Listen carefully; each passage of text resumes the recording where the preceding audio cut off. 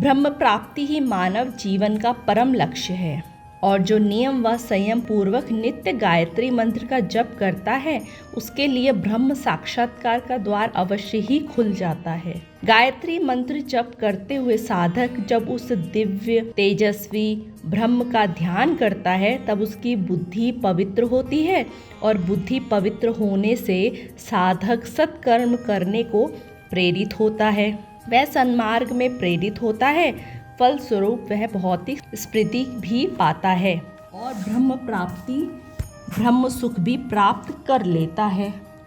इसीलिए गायत्री को महामंत्र व सभी मंत्रों का मुकुटमणि भी कहा गया है। वेदों का सार गायत्री ही है, गायत्री ही ब्रह्मा है। इसीलिए जो गायत्री की उपासना करता है वह ब्रह्मा की ही उपासना करता है। तभी तो गीता में भगवान श्री कृष्ण ने कहा है, छंदों में मैं गायत्री छंद हूँ। गायत्री को कामधेनु भी कहा गया है क्योंकि गायत्री साधक को सभी मनोकामना पूर्ण करती है और साधक के सभी कष्टों का निवारण भी करती है।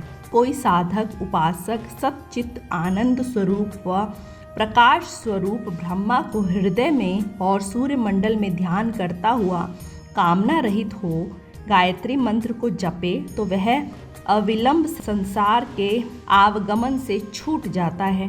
तुम सार रूप से यह समझ लो कि गायत्री ही भगवान विष्णु हैं और भगवान शंकर भी गायत्री ही हैं।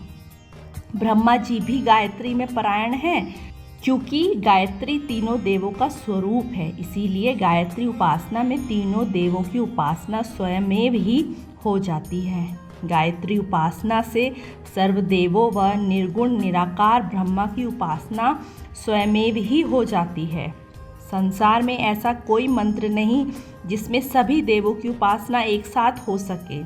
वह मंत्र मात्र गायत्री मंत्र ही है। इसीलिए उसे सार्वभौम मंत्र कहा जाता है, इसीलिए उसे महामंत्र कहा जाता है। जो गायत्री की उपासना करता है उसके लिए अन्य किसी मंत्र की व उपासना का आश्रय लेने की आवश्यकता ही नहीं रह जाती। इसीलिए तुम नियम व संयम पूर्वक आज से नित्य गायत्री उपासना प्रारंभ कर दो।